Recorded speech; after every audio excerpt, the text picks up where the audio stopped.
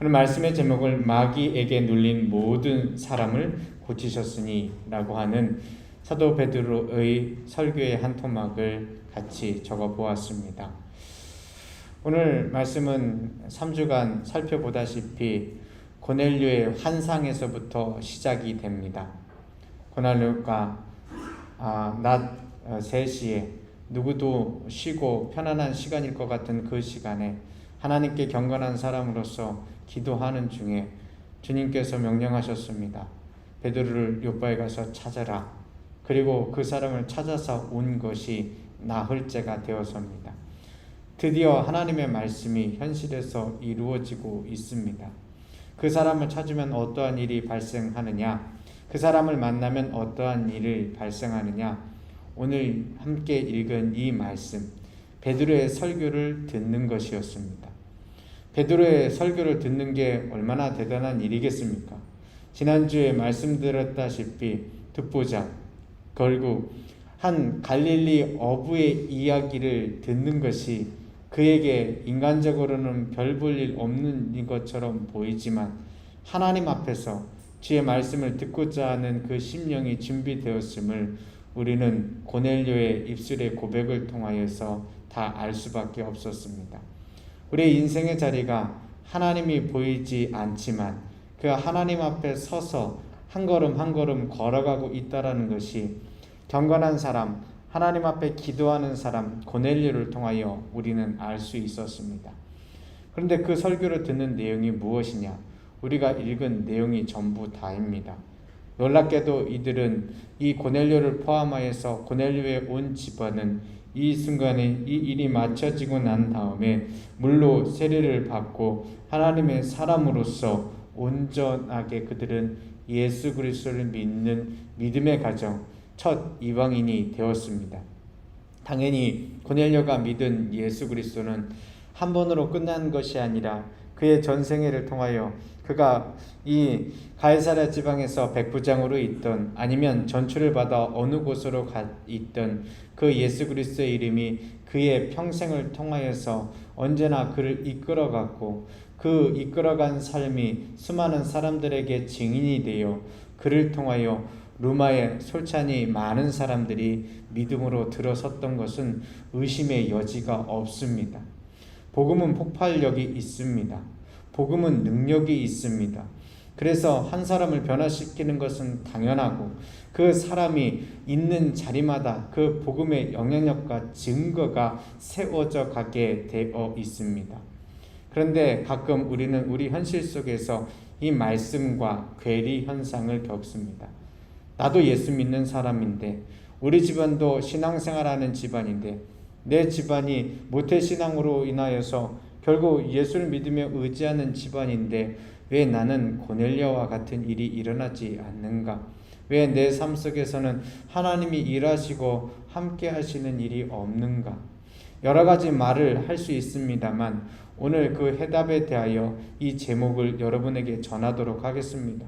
바로 우리에게 있는 귀신 들려 있는 것을, 귀신 눌려 있는 것을 어떻게 하나님 앞에 내어 맡기고 그리스도의 이름으로 쫓아내느냐, 하나님 앞에 온전히 서느냐, 그렇지 않느냐의 차이라는 것을 분명하게 말씀드립니다.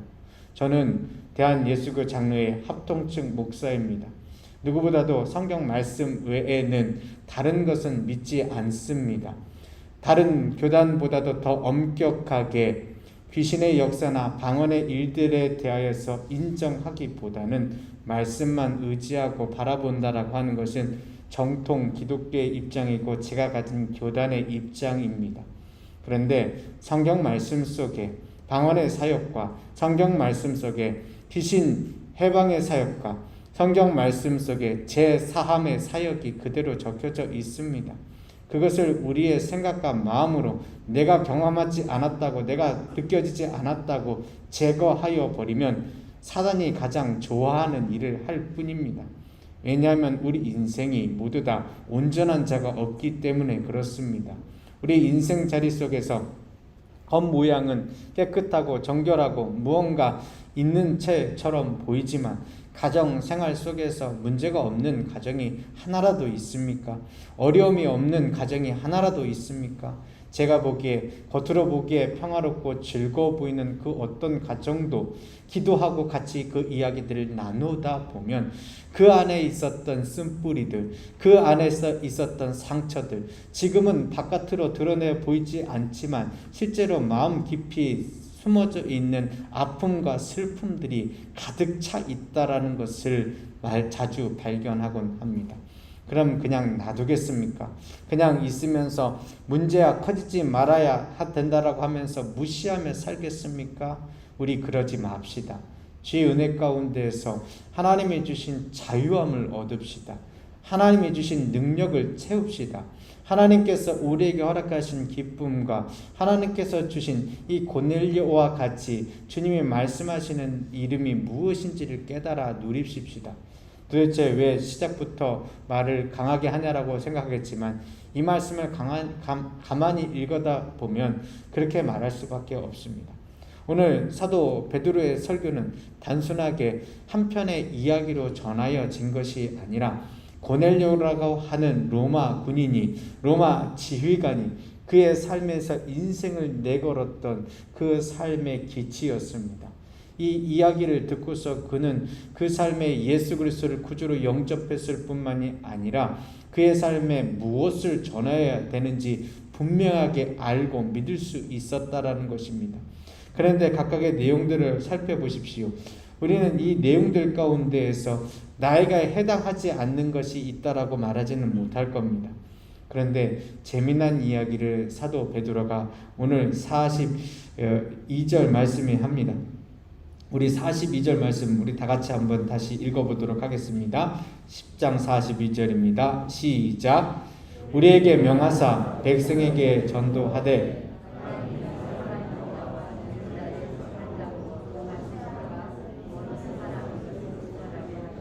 네, 무엇이라고 얘기하고 있냐면 자기가 증인이랍니다. 하나님께서 어떠한 일을 하도록 하게 하신 증인이라는 겁니다. 근데 어떠한 증인이냐?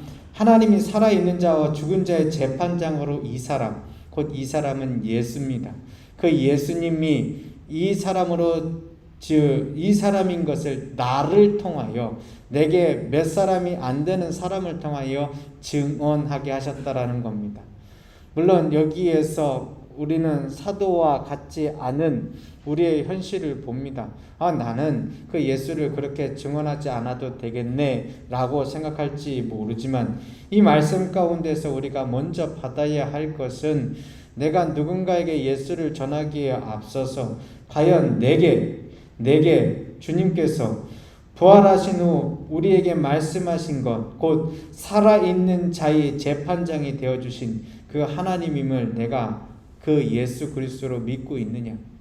예수님이 내 삶에 살아서 지금 숨쉬며 내 삶을 재판하실 재판장임을 믿고 있느냐? 우리에게 질문하고 계시는 겁니다.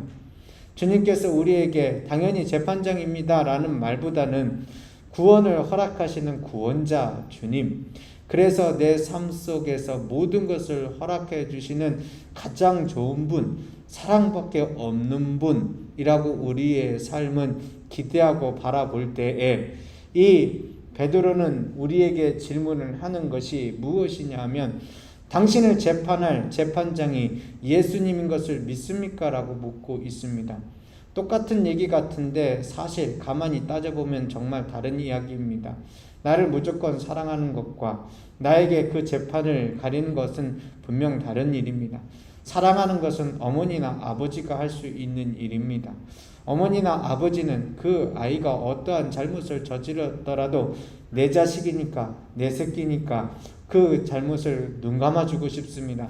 그 잘못을 내가 대신 용서하고 어떻게 하든지 그 아이가 기죽지 않도록 하고 싶습니다. 그러나 재판장은 다릅니다. 재판장은 시시비비를 가려야 합니다. 잘한 것은 잘했다라고 이야기하고 잘못한 것은 잘못했다라고 이야기합니다.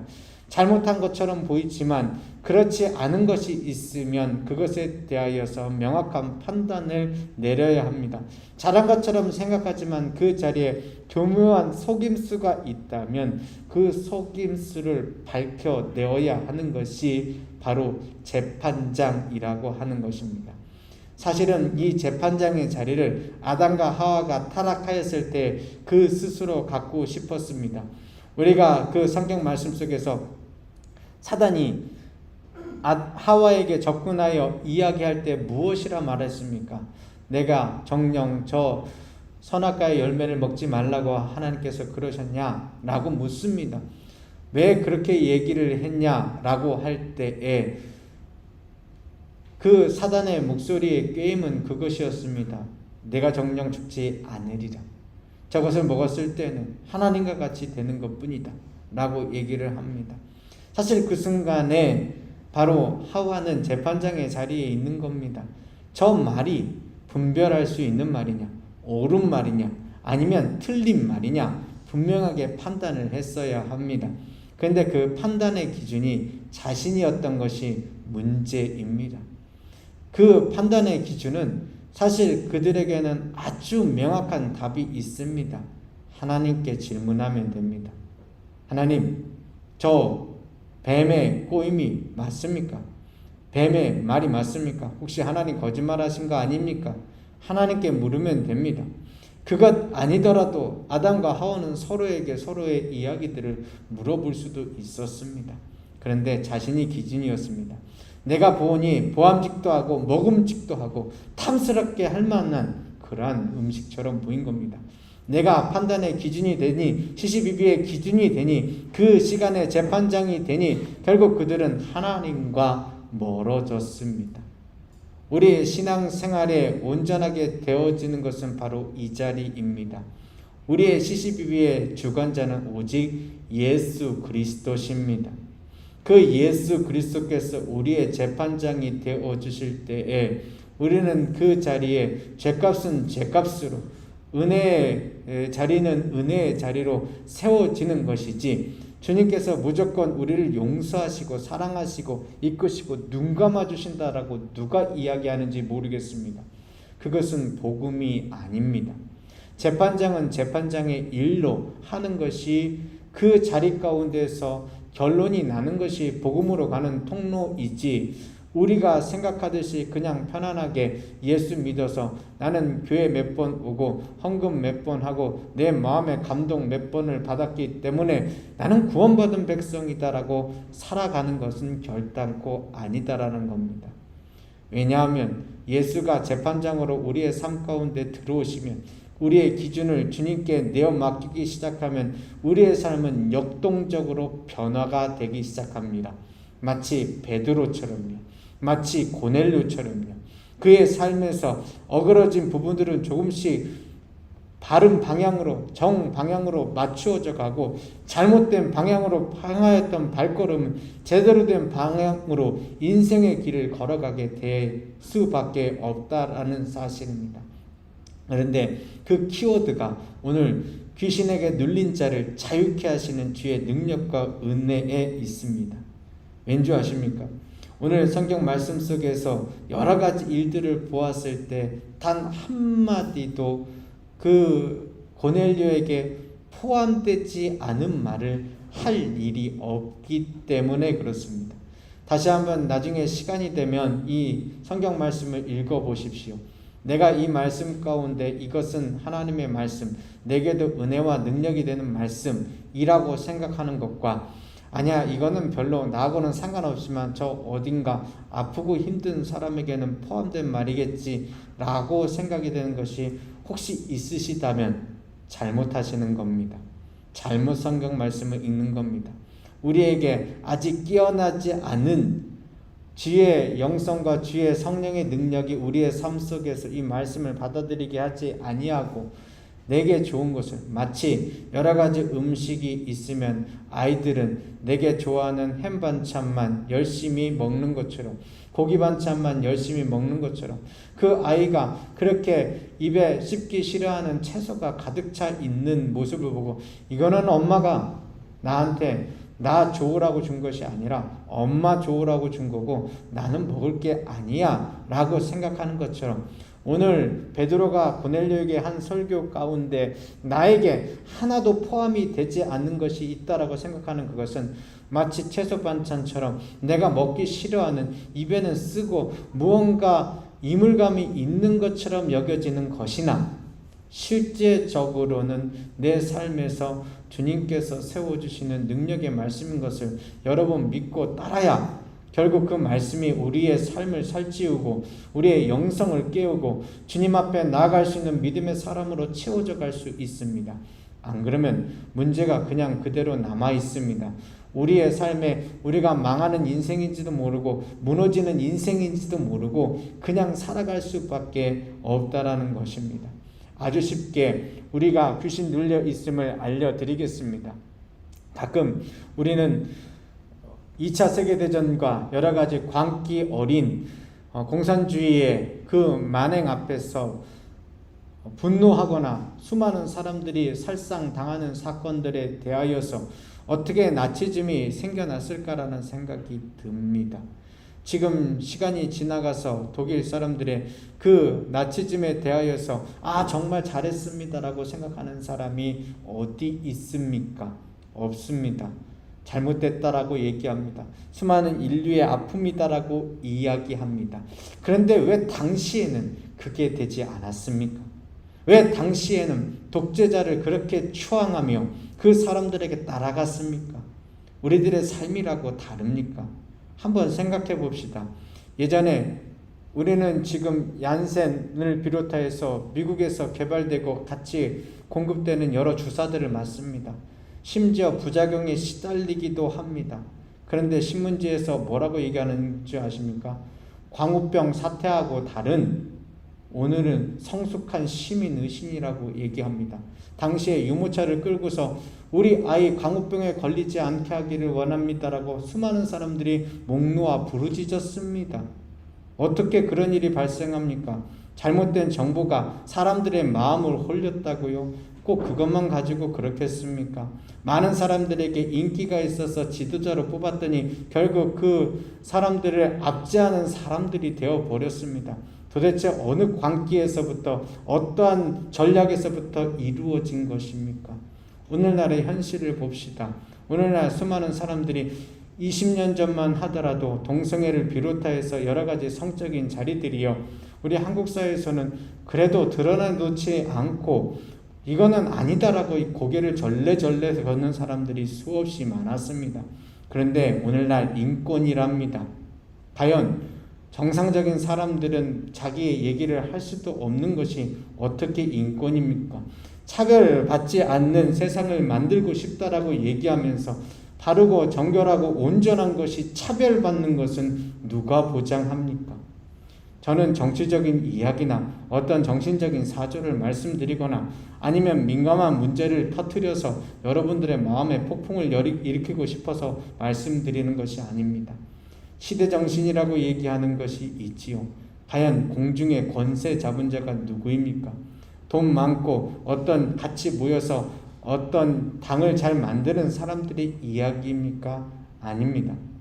공중의 권세 잡은 자, 사탄의 전략입니다. 사탄의 이야기입니다. 사탄의 전략과 사탄의 이야기이니 그렇게 수많은 스포츠와 섹스와 사람들에게 이것저것을 가져다 주며, 저 북한에서 지금도 수많은 사람들이 마약을 하며 견디는 것처럼 우리 이 사회도 보이지 않는 곳에서 죽어가고 쓰러져 가고 잘못된 삶을 살아가는데 거기에서 들킬 힘조차 없는 것입니다. 대한민국 사회에 자살의 영과 음란의 영이 가득 차 있습니다. 과연 그것은 도대체 어디에 있는 겁니까? 한 사람이 극단적인 선택을 할 때에 과연 그 사람 혼자서 그 사람은 이상한 사람이어서 그렇습니까? 그렇지 않습니다. 바람이 나는 가정이 있습니다. 여러 가지 문란한 생활을 하면서 아픔이 있는 것이 있습니다. 그 사람들은 종자가 잘못되어서 그런 사람들입니까? 아닙니다. 우리 모두에게는 하나님의 그리스도의 보혈의 능력의 권능이 있든지 아니면 세상의 공중 권세 잡은 자 마귀에게 눌려 있든지 둘 중에 하나입니다. 마귀에게 눌려 있다라고 얘기한다고 해서 여러분 심각하게 생각하지는 마십시오. 아니면 목사가 무당짓이나 하는 사람이라고 생각하지도 마십시오. 제가 이 말씀을 하면 너는 괜찮냐라고 얘기하면 저도 자신하지 못합니다. 그래서 무릎 꿇습니다. 그래서 회개합니다. 그래서 주의 영으로 세워지기를 원합니다라고 말씀을 드리겠습니다. 한 가지 조건이 있습니다. 여러분의 삶 속에 마귀에게 눌려 있는 것만 있다라고 말하면 굉장히 여러분들이 자존심도 상하고 삶에서 내가 어떻게 그럴 수 있어, 나는 그렇지 않아라고 여기실 것 같아서요. 그리고 그것이 여러분들의 착각임을 알기 원하는 마음에서 주의 성령도, 주님의 성령도, 거룩한 영도 우리 안에 함께 계심을 이 시간에 선포합니다. 무슨 얘기냐고요? 내가 그렇게 정결하고 온전하게 산 것 같지도 않는데, 설교 말씀을 들어서나 예배를 드리면서나 그렇게 감동받지도 않았는데, 나는 때로는 잘못한 일도 하고, 우리 전소정 집사님의 기도의 말씀처럼 우리 한 주간의 삶에서 제대로 살아가지도 못한 것 같은데 내 안에 성령이 계시다라고 얘기하는 것이 맞냐고요? 여러분의 마음속에 내가 예수를 구주로 시인하는 그 순간, 그 마음이 제대로 들어가 있는 그 순간, 그 생각이 여러분에서 떠나지 않는 순간, 성령님은 어디에 소멸하신 것도 아니고 떠나가신 것도 아니고, 그 고백은 오로지 하나, 성령님께서 우리 안에 함께 하실 때만 가능한 것임을 여러분 믿으셔도 좋습니다. 그럼 무슨 얘기냐? 우리의 현실 속에서요, 우리의 삶이요, 하나님이 원하시는 영성으로 깨어져 가도록 우리의 삶을 복종하여 주님 앞에 말씀대로 살아가야 될 이유와 방법을 찾으셔야만 한다라는 사실입니다. 여러분, 우리의 영은 깨어나야 합니다. 하나님께로 깨어나야 합니다. 혹시 여러분 가운데 세상으로 열심히 깨어나신 분 있습니까? 그게 꼭 아주 나쁜 일이다라고 말씀드리고 싶지는 않습니다.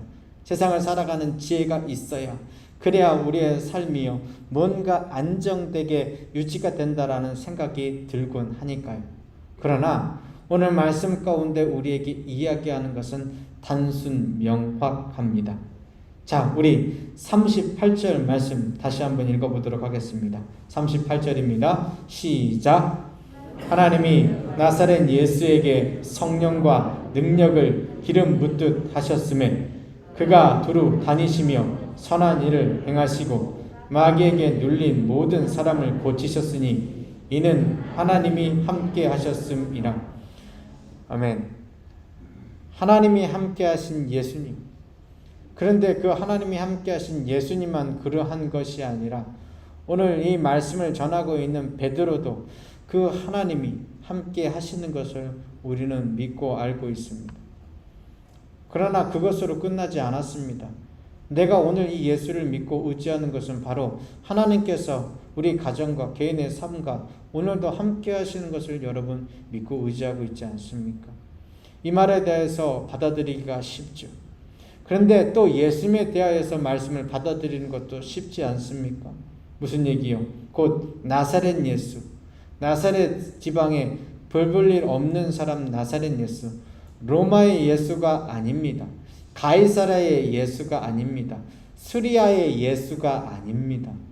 나사렛, 별 볼 일 없는, 그래서 그 종족이 어디에서부터 왔는지도 솔직하게 고넬료 입장에서는 받아들일 만한 가치나 어떠한 증명이 되지 않은 그 나사렛 예수를 언급하고 있습니다. 그런데 그 나사렛 예수에게 하나님이 함께 하심에 어떠한 일이 발생했느냐? 성령과 능력을 기름 붓듯 하나님께서 예수에게 주셨다라고 합니다. 그것이 그리스도지요. 기름을 부어서 세움을 받은 사람이 선지자, 제사장, 왕이었다면 예수님께서는 그 기름이 온전히 성령과 능력으로 함께하는 것으로서 바뀌어진 것입니다. 그래서 예수님이 여러 일을 하셨습니다. 뭐라고 얘기하느냐? 두루 다니시며 선한 일을 행하셨다라고 합니다. 선한 일이 무슨 일인지는 우리가 말하지 않아도 충분히 이해가 됩니다. 나한테 도움이 되는 일, 어떤 사람에게는 배고픈 사람을 먹이고 아픈 자를 낫게 하고 죽은 자를 살리며 마음이 어두운 자를 밝게 만들며 삶에서 죄악으로 가득 차 있는 자에게 그 죄악을 끊게 하셨던 그 많은 일들, 그래서 희망이 없는 사람에게 희망을 가져다 주신 수많은 일들을 가릴 겁니다. 근데 그것까지만 얘기해도 되지 않습니까?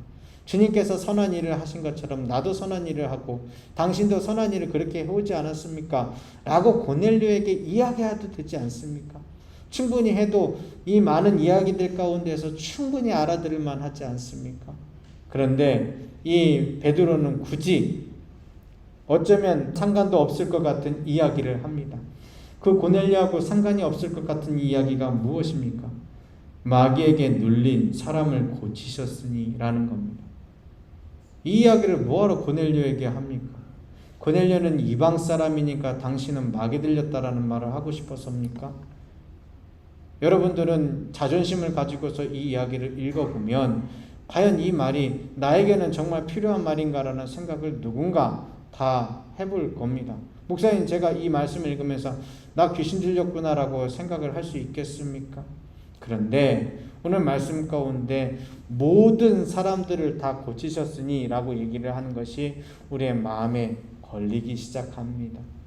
모든 사람을 고치셨으니, 물론 귀신 들린 사람이 우리가 보기에 뭔가 헛소리를 하고 입에 거품을 물고 쓰러지는 사람이 귀신 들린 사람이라고 일반적으로 생각합니다. 제대로 옷도 입지 않고 머리에 꽃 하나 꽂고서 헬렐레 벨렐레 다녀야 귀신 들린 사람처럼 보입니다. 그런데요, 우리의 삶에 하나님의 뜻대로 서지 않은, 하나님의 분별력으로 하나님이 원하시는 뜻과 계획으로 서지 않는, 하나님의 말씀으로 서지 않는 그 모든 것은 죄송하지만 귀신 들렸다고 말씀드리겠습니다. 왠지 아십니까? 우리는 태생적으로 하나님이 지으신 피조물입니다. 하나님이 지으신 피조물이라는 것은 무엇이냐면 잘하나 못하나 주인의 말을 듣게 되어 있습니다. 주인의 음성이 들리게 되어 있습니다. 내가 지금 들리지 않는다고, 주님의 말씀이 거역되어진다고 내가 하나님을 모르는 것이 당연하다라고 여기시면 절대로 안 됩니다. 우리의 삶은 하나님께서 우리를 만드셨고 이 땅에 보내셨기 때문에 주님의 말씀이 들릴 수밖에 없습니다. 그런데 우리의 삶에 잠깐의 착각을 합니다. 하나님의 말씀이 들리지 않는 순간 나는 내 인생의 주인이요, 내가 판단하면 옳은 것이요, 내가 그러다 하면 그런 것이다 라고 생각하는 착각을 가집니다. 우리 인생을 살아가는 그 어떤 사람도 내 기준대로 살 수 있는 사람이 없습니다. 우리는 대한민국의 땅에서, 이곳에서 대한민국의 법에 따라서 살아가고 있습니다. 오늘 이 예배를 드리면서 코로나19로 인하여서 방역법을 준수하지 않고, 방역 원칙을 준수하지 않고 나는 예배 드리겠다라고 하지 못합니다. 단순히 예배만 그러할까요? 그렇지 않습니다. 군복무를 하고 있는 18개월의 용사들이 언제는 3년간 했던 그 아버지, 할아버지의 세대에서 줄어들었습니까? 내가 더하겠다라고 더하는 것이 아니요, 덜하겠다고 덜하는 것이 아닙니다. 세상의 가치관과 판단, 어떤 법률을 이야기해서 말씀 뭔가 그렇게 생각이 되십니까? 심지어 내가 바르는 립스틱 하나조차도 내 맘대로 못 바릅니다. 여기에서 노란색 바르고 오르신 분 계십니까? 아무도 없습니다. 그런데 시간이 지나면요, 어느 순간인가 내가 노란색 바르고서 사람들하고 어울린다, 화사하다라고 얘기할 때가 있을 수 있다라는 사실입니다. 무슨 얘기냐?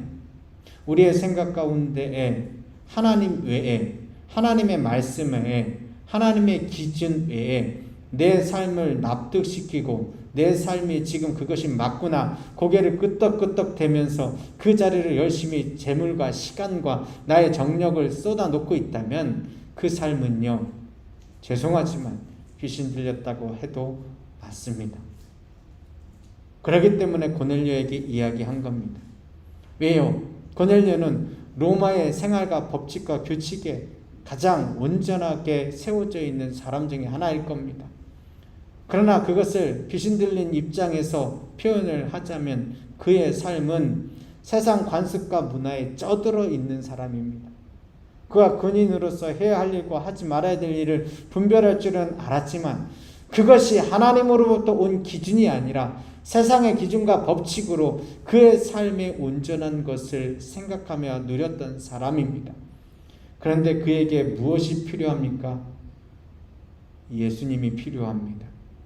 왜 예수님이 필요합니까?